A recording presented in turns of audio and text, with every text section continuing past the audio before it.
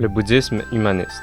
L'intention première de Bouddha, par Vénérable Maître Xing Yun.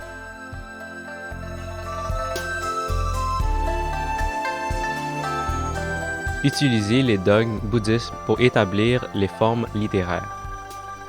Le prince héritier le plus lettré de la Chine antique, Xiao Tong, connu aussi sous le nom de prince Zhaoming, était le fils aîné de l'empereur Liang Wudi, de la dynastie du Sud. Bienveillant et compatissant, il était, depuis son jeune âge, doté d'une intelligence exceptionnelle. Il grandit sous l'influence de la dévotion paternelle envers le bouddhisme. Non seulement, il reçut les bodhisattvas préceptes et les observa rigoureusement, mais de plus, il lut et approfondit de nombreux sutras et textes canoniques.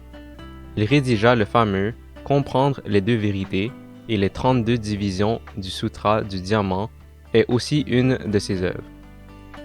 Malheureusement, il décéda à l'âge de 31 ans avant d'accéder au trône. Le critique littéraire de la même époque, Liu Xie, un ancien sujet du prince, se réfugia auprès de maître Zheng Yu, qu'il aida, durant plus de 10 ans, à compiler les 15 fascicules de la collection des records sur l'émanation de la Tripitaka chinoise, ouvrage de classement des textes canoniques bouddhistes chinois.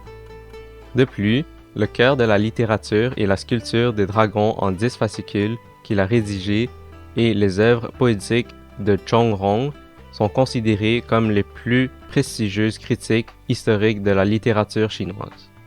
Dans ses livres, il usa de nombreux dogmes bouddhistes pour établir ces formes littéraires qui sont toujours appréciées dans le monde actuel des lettres. Le grand écrivain et poète Tao Yuanming renonça à son poste de fonctionnaire pour retourner chez lui à la campagne en disant qu'il ne fera pas de courbettes pour 5 tous de riz.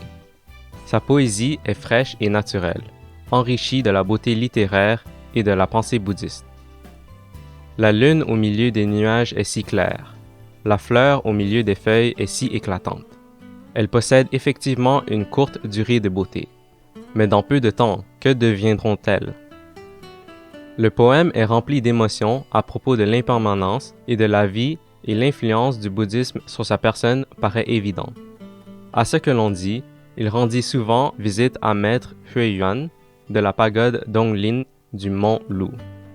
Un jour, il avait pris rendez-vous avec le moine taoïste Lu Xiujing pour y aller ensemble. Au retour, maître Huiyuan les reconduisit et, devisant gaîment, le maître faillit franchir Huxi, limite qu'il s'était pourtant fixée, donnant ainsi naissance à la légende des 3 joyeux de Huxi. Un autre poète des dynasties Sud et Nord, Xie Lingyun, entretint lui aussi d'étroites relations avec maître Huiyuan. Il nourrissait une foi profonde pour le bouddhisme et maître Huiyuan l'admirait beaucoup. C'est pourquoi il lui demanda de rédiger l'inscription de l'ombre de Bouddha. Xie Lingyun était aussi un ami de maître Daosheng et admirait profondément sa théorie sur les éveils, graduels et subits. Aussi, composa-t-il une discussion sur les doctrines des différentes écoles pour expliquer le sens de gradualisme et subitisme. Plus tard, ayant appris que le vénérable Huiyue de la pagode Wuyi était un spécialiste du sanskrit, il lui rendit une visite pour apprendre la langue. C'était l'époque où le Maha Parinirvana Sutra venait d'arriver en Chine. Comme les textes en sont courts, concis et difficiles à comprendre pour les débutants, Xie Lingyun résolut de les réviser en compagnie des maîtres Huiyan et Huiguan. Ils composèrent ainsi les 36 fascicules de l'édition du Sud du Maha Parinirvana Sutra, permettant à l'étude du nirvana et aux théories du subitisme et gradualisme de se répandre largement. Comme poète, Xie Lingyun a grandement contribué à la propagation du bouddhisme.